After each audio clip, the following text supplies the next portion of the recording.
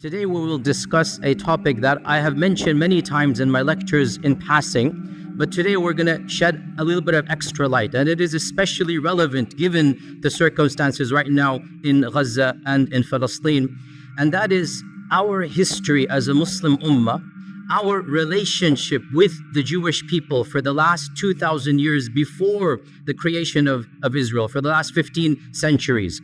Because the fact of the matter is that it is truly sad in light of our contributions to the survival and the flourishing of these demographics that they seem to ignore and neglect all of these centuries of positive interactions. Because the fact of the matter, once again, Christian Europe treated this demographics in a very different way than we did. And multiple times in history, the Muslim Ummah and the Muslim civilization played a vital role in protecting hundreds of thousands of persecuted Jewish people. So we need to be aware of this, and we need to know our own history. And again, only so much can be said for the history of 15 centuries. But as you're roughly aware, we went over this in detail this earlier part in a number of lectures. In the year 70 CE, in the time of Jesus Christ, after Jesus Christ, the second temple was destroyed, and so Judaism once again had its diaspora. They fled across the globe, so they didn't have a land. For the next 2,000 years, where were the Jewish people? Under Christian and then Muslim rule. For 1,500 years before 1947, 1,400 years before 1947, where were the Jewish people?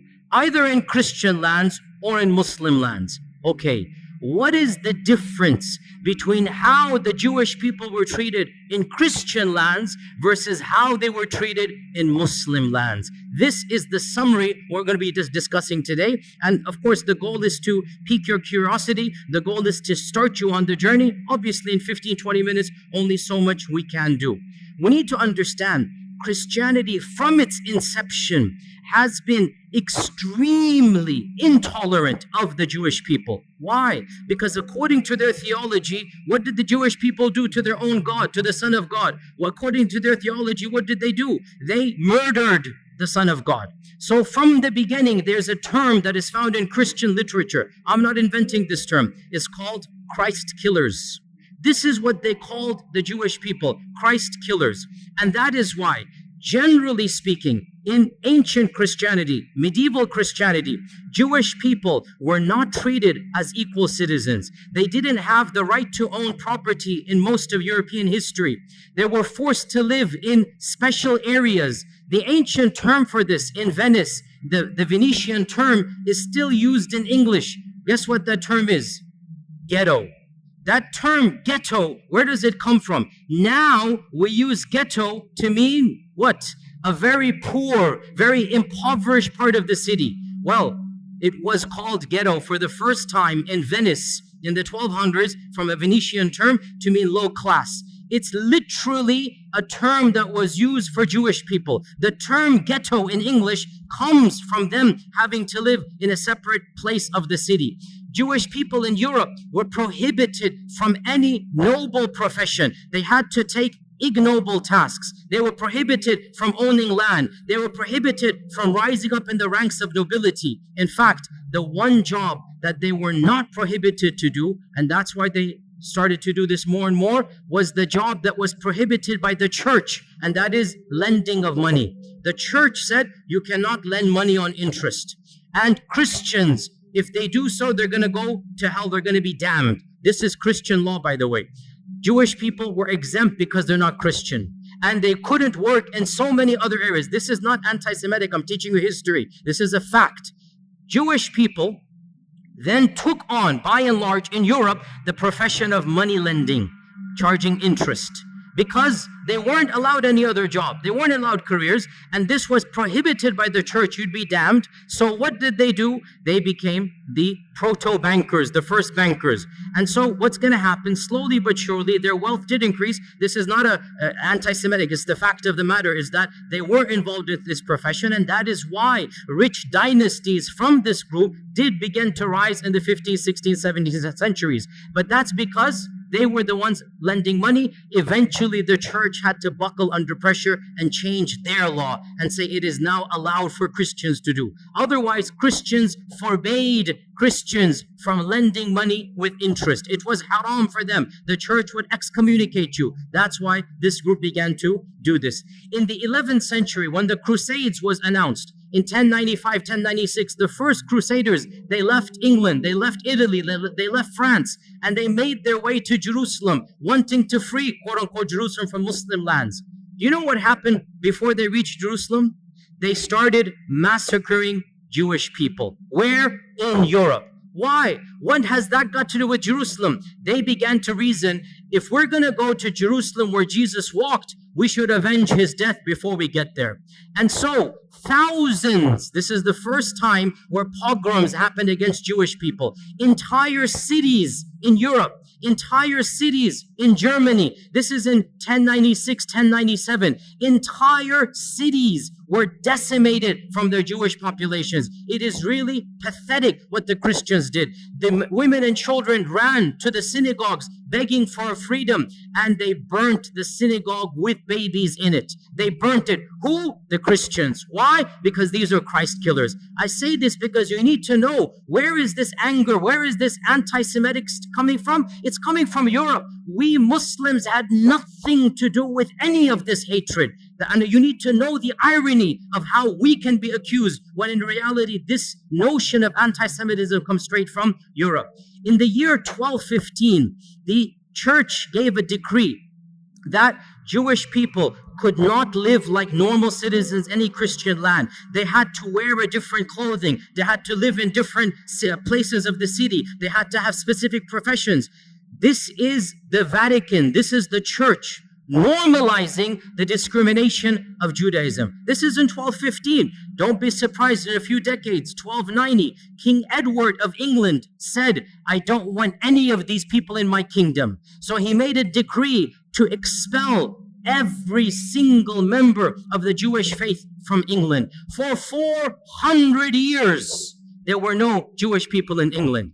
400 years. Why? Anti-Semitism. The king said, none of these people are going to be here. And Shakespeare writes his plays during this time. But the stereotype, the negative, evil stereotype remains in the psyche of Europe. Go read Shakespeare's plays. Go read how he writes about Shylock the Jew. This is Shakespeare, not me. Shakespeare is an anti-Semite in every sense of the term. The stereotypes, the negativity, and ironically, he's never interacted with the Jewish person because there are no Jews in England when Shakespeare's writing because of the decree. Only in 1680 or something, the king relents and allows them back in. And that is why, by the way, to this day in England, the Jewish population is very small compared to other places in Europe because for 4 centuries, they were banned. And one of the worst manifestations of anti-Semitism took place in Andalusia, but not under us. When Ferdinand and Isabella Reconquista, when they conquered Granada, the Muslim land, when they conquered Granada, the first decree, less than 1 week or 1 month after they took power, 1492, they made the decree. It's called the Decree of Al-Hamra because it was in the Hamra Palace. There shall be no Jewish people living in Andalusia. Hundreds of thousands of Jewish people were forced to convert to Christianity or were sent into exile. The entire population of Iberian Spain, and there were, we don't know, 300,000, 400,000, 500,000 Jewish people, they were either forced to convert under torture or they had to flee for their lives. And this is one of the worst manifestations. Now you get to Hitler in the 1930s and 1940s, which is, of course, the worst anti-Semitic outburst in all of human history. And this needs to be said bluntly. Hitler did not come in a vacuum. Hitler is tapping into mainstream Christian notions of anti-Semitism. The term anti-Semite, the birth of anti-Semite, the notions of anti-Semite, it has nothing to do with Arabs and Muslims. It is European and Christian through and through, 100%. Even the term is invented by the Christians and used by the Christians. This is just a summary of Christian lands. Let's move on to Muslim lands. Subhanallah. wherever Muslims went and there were Jewish people, the Jewish people faced a type of flourishing. They were given a type of protection they could never find in Christian lands. And when Muslims conquered what is currently Iraq, what is currently Iran, Iraq had a large population of Jews in Baghdad from the time of the first expulsion, not even the second, from 500 BC, because the largest group of Jews for the first expulsion, they went to Iraq. So Muslims found large groups of Jews in Iraq. In Iran, Isfahan, hundreds of thousands of Jewish people, again from the first and second expulsion. And the Muslims came and found them, and they gave them protection under the Treaty of Umar ibn al-Khattab. Jerusalem, when Umar ibn al-Khattab marched into Jerusalem, guess how many Jewish people were there? 0. Guess how many synagogues? 0. Jews were not allowed to worship in Jerusalem under the Christians. Guess who gave them the freedom to build the first synagogue after the collapse of the temple? It was none other than Umar ibn al-Khattab radiallahu anhu. Umar ibn al-Khattab, acting upon Islamic commandments, acting upon prophetic guidelines. Jews and Christians are Ahl Kitab. They have the right to live freely. They have the right to worship. They have the right to build their synagogues and whatnot. Now, modern, liberals come along and they say, oh, the conditions of Umar al-Khattab are second-class citizenship. I'm not going to claim that Umar radiallahu anhu's condition is the same as secular America. It's not. But we're not comparing Umar ibn al-Khattab to secular America. Secular America is a different notion where religion plays no role. In the Islamic scheme of things, religion plays a vital role. So if you're a Muslim, yes, you get perks and privileges, no doubt about that. And if you're Ahl Kitab, there's certain things. For example, you cannot convert people to your faith. For example, the synagogue minaret, or the temple in the synagogue cannot be higher than the minaret of the mosque. I agree, these are conditions, but we're not comparing Umar ibn al-Khattab to modern liberalism. We're comparing Umar ibn al-Khattab to the rest of the world. The fact of the matter, never once in all of Islamic history was there a policy to kill all Jews. Was there a policy to persecute all Jews? Was there a policy to expel all Jews? So Umar ibn al-Khattab radiallahu anh allowed the Jewish people to come back into Jerusalem. This is the first time they could come back and build the first synagogue under the Khulafa al-Rashidun. And the rest, as they say, is history. That in Baghdad, when the Abbasids made their Baytul Hikmah, the famous house of wisdom, they hired the most competent translators regardless of their background. And because Muslim people weren't studying ancient Greek and whatnot, some of the best translators were from a Jewish background because they're the ones studying ancient Greek, ancient Latin. And so Baytul Hikmah hired the top Jewish minds to be in charge of the House of Wisdom. And when the Fatimids and when the Umayyads of Spain instituted their own Baytul Hikmah, because they wanted to compete, there are 3 khilafas, they wanted to compete with one another. So they made their own institutes of publishing. They also hired the best and brightest minds, regardless of their background. Jews and Christians were at the top of this list. You have to understand why. Muslims weren't studying ancient Greek and whatnot. These civilizations were. So the Khulafa and the Sultans hired these people and gave them the best salary so that they can work with them. And one of the most interesting examples in our own history in Andalusia was under the Ta'ifa kingdom of Granada in around 1000, 1030 CE, like basically literally 1000 years ago, the prime minister of Granada, the Sultan was Muslim. The prime minister was a rabbi, and his name is Ismail ibn Ismail ibn Naghrilla. And he was a rabbi. He was a learned man. He rose in the ranks until he became the prime minister of Cordoba. This is a Jewish person, and the people loved and respected him. The Muslim population loved and respected him. The books of history mention that when the Reconquista began, because Reconquista took 500 years, right? When it first began, Ibn Naghrilla, this Jewish vizier, was leading the Muslim army in jihad to defend Cordoba against the Crusaders. Can you believe this? And because in those times everybody dressed up in a particular garb, they wore Quranic, talismans for the time. Ibn Naghrilla, it is said, wore the Quranic coat of armor, verses of the Quran, And he's leading the Muslims in actual jihad against the Christians who are invading against Qurtuba. And he defends and he wins and he protects Qurtuba. So this is the reality of Jewish life under the rule. Now, some people point out that 20 years later, a mini massacre occurs. And this, you have to be careful, sisters and brothers. When you read these types of things, do your research. Do your research. It is true. A mini massacre occurred against the Jews of Qurtuba. But why? I'll tell you why. You won't find this too often because people just want to say, oh, the Muslims rebelled and they massacred hundreds of Jewish people in Qurtuba. It's true. But I'll tell you the story. This guy, Ibn Naghrillah, he died and he was buried with honors. His son, 21 years old, was given the next viziership as an honor that your father was the vizier, you become the vizier. His son is Yusuf ibn Naghrillah. Yusuf turned out to be a traitor. And the first thing he does, he writes a letter to the next kingdom. If you invade on such and such a date, I'll make sure you win over the kingdom. I'll distract the army and whatnot. But there's one condition, you must make me the ruler and I'll pay taxes to you.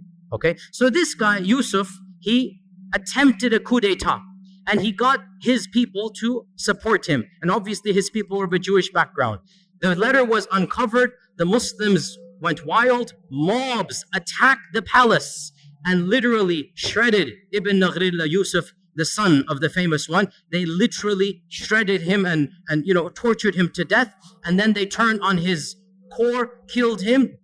And then it is true, sad, the mobs turned on the Jewish quarter because they thought this was a Jewish revolt against the city. And innocent people lost their lives. But the point is, no sultan gave the command.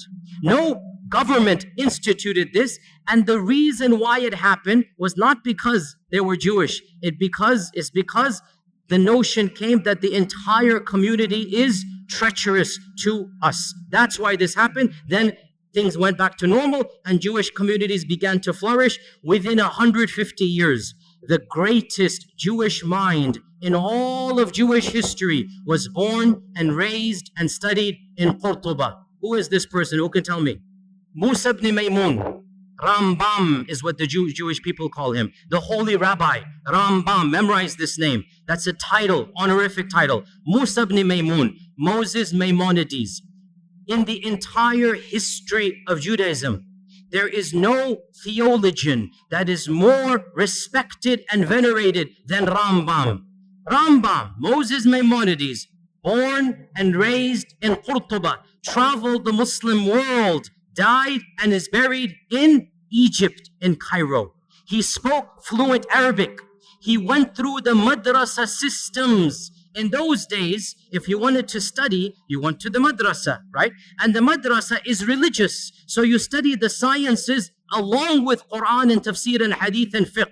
So Musa ibn Maymun, as a Jewish student, was not just given the freedom, he excelled in his studies. And his biographers mentioned this. I'm not making this up. Read his modern day biography. He lived like a Muslim, prayed like a Muslim, recited Quran like a Muslim. Nobody forced him. It was free. Andalusia, you could be who you are. But he was in such awe of Islam that some people say he secretly converted for a few years. Allahu A'lam. But he lived like a Muslim in the dorms. And there was no pressure because in Andalusia, there was a type of religious freedom that was not found anywhere in Europe. You could be a Christian, you could be a Jew, you could be a Zoroastrian, you could be a Muslim, and everybody lived freely in Andalusia. But Rambam decided to act like and memorize the Quran like a Muslim. Eventually, he goes back to his rabbi, profession, and he begins writing. Now, this deserves an entire lecture. I don't have time to get into there, but it is one of my areas that I love to read about because intellectual history is my area. Moses Maimonides, listen, I'll just summarize it. He took Islamic concepts and he Judaized them. Mainstream Judaism is influenced by Moses Maimonides, and Moses Maimonides is influenced by Islamic thought. Now, this is not a conspiracy. Again, look this up. In fact, there's an entire entry in the Stanford Encyclopedia. I just saw this today to make sure that I can reference to you. The Stanford Encyclopedia Online, which is one of the most largest online encyclopedias. The Stanford Encyclopedia of Intellectual Thought has an entire article, The Islamic Influences on Moses Maimonides. And of them, his proofs for the existence of God, his concept of God is coming straight out of Al-Farabi Al-Kindi. His notion of prophethood and what is prophethood, his notion of even theology. Pause here, footnote. This sounds strange, I know, but Judaism, by and large, did not concentrate, did not care about belief. Judaism cared about what? What? Law. Judaism cared about how you act. It had almost nothing to do with Aqidah. That's why they don't have any book on Aqidah. The first book of Jewish theology, who wrote it? Rambam. The first book. And you read this book, and you are reading Al-Farabi, Al-Kindi. You are reading Islamic Mu'tazili thought. His conception of God, of the attributes, of Qadr, his conception of prophethood, it is coming straight out of his madrasa training. And this is now mainstream Jewish belief. I'm not making this up. This is well known. Mainstream Jewish theology is coming straight out of Andalusian madrasa. He just changed it, made it a little bit. And he wrote a creed. To this day, the righteous or the observant Jewish people, the first thing they do when they wake up, they read Moses Maimonides' one-page creed. And it begins, Ana mu'minu, I believe in. Just like Aqidah Tahawiyya, just like other Aqidas, it literally begins, I believe in. And there's 13 points. I believe in God, there is one, la sharika la type of stuff. Literally coming out of Islamic thought. He has no partner, cannot be described in this and that. Literally goes through, and it goes all the way. And I believe in resurrection. I believe in the Messiah that's going to come. One of the 13 points, I believe in the Messiah. So this is coming from Musa ibn Maymun. By the way, one interesting thing about Rambam, wallahi, so ironic. He became the best physician of his time because he mastered Ibn Sina. So he read Ibn Sina, he mastered Ibn Sina. Now he's the best physician. He works his way up. Guess who he becomes the personal doctor to? None other than Salah ad-Din al-Ayyubi. Salah ad-Din al-Ayyubi takes him as his personal court doctor. For a period of time, he travels with Salah ad-Din. He is the primary doctor of Salah ad-Din Ayyubi. Nobody can accuse our religion of anti-Semitism. Nobody can accuse our sultans, our khulafa of hating people because of their different faith. It didn't happen that way. If you were talented, you were the best doctor. And it's so ironic. Salah ad-Din is conquering Jerusalem and Rambam is his main doctor. Subhanallah. How can we not remind our Jewish brethren of this reality? Look at from where to where. Look at the past and now look at how that has flipped. Eventually, he went to Egypt. He lived in Egypt. By the way, he wrote most of his writings in which language? Arabic. The chief rabbi of Judaism is writing his books in Arabic. This is well known. You can see them and look at them online. And he has a book called The Guide of the Perplexed. And there are a number of papers about this, that this is coming straight out of Al-Ghazali's Al-Munqidh min al-Dalal. Literally, Imam Al-Ghazali wrote Al-Munqidh min al-Dalal, and there is a book that he wrote for his people, The Guide for the Perplexed. And it has the same motifs, the same notion. Again, it's not copy-paste, because in the end of the day, he's an intellectual thinker, but he takes ideas, he takes notions from Islam, and he Judaizes them, which is what we expect to do. But where is the origin? What's the kernel? From our faith tradition. It is true to say that never in the last 2,000 years before the creation of this country has the Jewish people flourished as they did under Muslim Spain, under Islamic Andalusia, their greatest minds, their largest synagogues. You can visit their synagogues to this day in Qurtuba, in Granada. They still have their synagogues that were built not under the Christians, under the Muslims. Where now in 1492, Ferdinand Isabella come, the first decree, all Jewish people will leave or convert or die, be killed. Where did these 500,000 Jewish people go? The Sultan Muhammad II gave a decree. Anybody who flees from Andalusia shall be welcomed in our lands anywhere you are. And he said, any vizier, any governor, any businessman who impedes their settling, who stops them to settle in any city, shall be punished by the Sultan himself. Sultan Mehmed II welcomed hundreds of thousands of Jewish people in 1492 with open arms. He literally saved them from execution or forced conversion. And he was angry at Ferdinand and Isabella, and he goes, this is not a good policy. But he thanked them. He goes, but you are giving us your good minds, your good workers. Don't worry, we will take them. Because of this, sisters and brothers, where did they go? They ended up in Morocco, in Tunisia. They ended up in Egypt. Hundreds of thousands of large Jewish communities were living in the Middle East, in Yemen. They were living there because Ferdinand and Isabella expelled the Jewish people. Muslims welcomed them and they said, Tafaddal, come and live here. And they lived here up until 1947. And by the way, before we even get to 1947, let's not forget another chapter in Muslim Jewish history. And this one, I was honestly surprised when I found out. Under Nazi rule, when you're all aware what Hitler did, he made a policy. All the people of that background shall be exterminated. The most inhumane, barbaric policy in the entire history against the Jewish people was Hitler. He literally exterminated them by, gas chambers and whatnot. Guess who intervened where possible? In multiple countries, Muslims, sometimes at risk to their own lives, stood up and protected Jewish people. And wallahi, brothers and sisters, I say to you honestly, I have visited Auschwitz and Dachau. I have studied this chapter in history. Wallahi, I swear to you, if I were alive at that point in time, I would hope to Allah that I have the courage and bravery to stand up against the tyranny of Hitler and to protect innocent women and children. The way they were brutalized, the way they were rounded up and just killed for no reason. Innocent babies, we saw thousands of toys and thousands of shoes of children literally just piled up there, killed for no reason. I would hope I would have that courage as well. And I was so happy to hear so many people stood up. The Sultan of Morocco, interestingly, Morocco was under the French rule, and so technically it was not independent. Yet when the French said, give us your Jewish people, Sultan Muhammad V said, no way. These people are our brethren. They have lived with us for centuries. They shall not be handed over. So Sultan Muhammad refused to obey the Nazi policies under the French rule of the Nazis. Tunisia as well refused. The Ottomans refused. In Bosnia, the Muslims refused. And perhaps the most brave act of courage, because it wasn't a government, it was brave.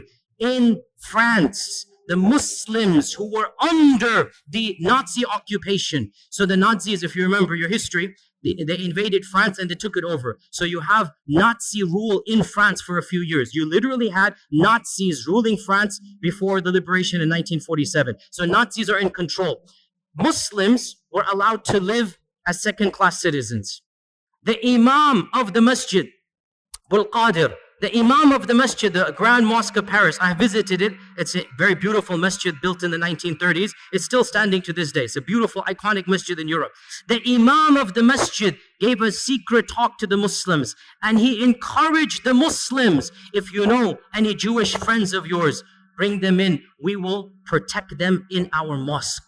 The basement of the masjid became a home for the Jews under Nazi rule in France. And this was engineered by the Imam, the Sheikh. And some people didn't have space. He forged Islamic documents and told them to dress like Muslims. And it is said he saved over 1,000 people by this policy. 1,000 Jewish people in France were saved by the Muslim community who literally banded together. They didn't tell any secrets. There were families in the basement of the masjid, and those that didn't have space, the Imam personally forged IDs that these are Muslims. Because in the end of the day, what do the Nazis know? They look different, they talk different, they dress different. Khalas, they pretend to be Muslims. This is what you call Islamic rule. This is what is akhlaq of the Muslim. When this tyrant comes, you're not going to allow him to do this. You will protect them. And so it is truly sad that all of this history has been completely forgotten. What happened? Obviously, you're aware, in 1947, it is estimated There were around less than a million Jewish people living in Arab and Muslim lands, less than a million, maybe 900,000.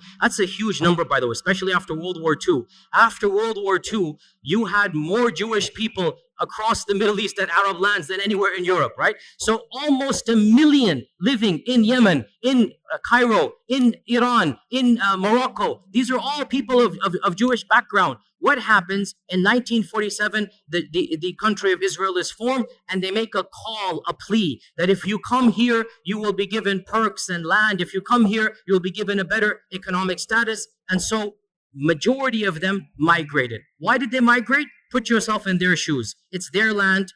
From their perspective, obviously, they're getting their own people, they're getting a citizenship, they're getting land, they feel it's going to be safer for them. Some of them believe in Zionism, and yes, I'm not going to deny, because of the atrocities in 1947 and the massacres against Arabs, it is true, in a number of Muslim lands, for the first time in history, these types of sentiments that we now are familiar with began to develop against the Jewish population. I'm not going to deny this. But why did it happen? Because of politics of Israel. Not because they were Jews, because Israel massacred thousands, hundreds of thousands of Muslims, expelled hundreds of thousands of Arabs. Well, then there's going to be a feeling of sentiment. Why are you guys doing here? Go where you belong and whatnot. So all of this put together in the next 5 to 10 years, from 900,000 Jews in Arab and Muslim lands, currently it is estimated there are less than 15,000 across all lands. 200 here, 500 here.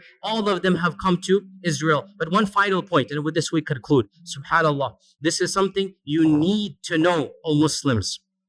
This division of living under Muslim, living under Christian, it had and has and continues to have a profound impact on the demographics of the country of Israel. Judaism is divided into multiple groups. The three most important groups: number one, Ashkenazi; number two, Sephardim; number three, Mizrahi. These three divisions go back to whether they were living under Europe or under Muslim rule. And the most Europeanized Jewish people are the Ashkenazis. These are the ones, they never lived under Muslim lands. These are the ones, they have a different cultural background. They're more European. Generally, they're more secular. Generally, they're the ones in charge. Generally, they're socioeconomically privileged, and they're the governments ever since the founding of Israel. Sephardim are those Jewish people that were kicked out of Andalusia. And Mizrahi are the Jewish people who lived in Arab lands, Yemen, Iran, other places for many millennia. They are the smallest. Generally, Sephardim and Mizrahi are more pious. They're more orthodox. They're more religious. They're more believing in God. And a lot of you don't know this. In Israel, they are treated like second-class citizens. In Israel, because they can tell by your looks, they can tell by your name, they can tell by your culture. The Ashkenazis, who have a white skin color, are the superior class. And of course, there's even a lower category, the Falasha, which are coming from Ethiopia, and you should see how they are treated in Israel. They are the lowest of the low. But above them are the Mizrahis, and above them are the Sephardim. Sephardim and Mizrahis, they are ghettoized in Israel. In the 40s and 50s, they were not given the land they were promised. They were not given the perks that the Ashkenazis were given to. They were not given government positions. And this caused, I'm not joking, you can look this up, in the 60s and 70s, political parties, some of them semi-violent, from the Sephardim, from the Mizrahi, were formed to fight against whom? Against whom? The Arabs? No, Ashkenazis. To fight for their rights. And these days, there is a massive party in Israel called the Shas Party, S-H-A-A-S, the Shas Party. It is the fourth or the fifth largest party. It is a party that was founded to protect the rights of the Arab Jews, i.e. the Sephardim and the Mizrahi Jews, so that they have equal rights as the Ashkenazis. You have to realize racism is rampant in that group of people, even amongst their own. Any Jewish person who lived in Muslim lands, who spoke Arabic, who comes from an Arabic culture, is not treated with the same respect as the Europeans. And this is well known, open secret. Go look it up. Go do your research in this regard. So this is one point. And I want to conclude on this point, sisters and brothers, and that is that we are not mentioning this. Wallahi, we are not mentioning this to remind them of a debt they owe us. No. We did this because Allah told us to do it, not because of them. We did this because our Prophet ﷺ taught us this is how we treat minorities. We would do it all over again, but we just want to show the world this is Islamic law, this is Islamic Sharia. The freedoms that they had, the intellectual, curiosities, the books that they produced, they couldn't produce a fraction of them in Europe in medieval times. And that is what we give to the world. It is truly sad, and we don't say this as a debt or a favor. We're just pointing out the facts. It is truly sad that the same descendants of those whom we saved, those who were given refuge with us, they have flipped the script, and they are doing what Hitler did to them, they are doing to the very people who protected them. And we just say this as a historical fact and record. Otherwise, we complain to Allah and Allah alone. These are facts we should all know, and we are proud as Muslims of our history, and we're proud of our Sharia, and there's nothing to be ashamed of. Alhamdulillah, thumma alhamdulillah. And inshallah, we'll continue in the same vein. Jazakumullah khair. Assalamu alaikum wa rahmatullahi wa barakatuh.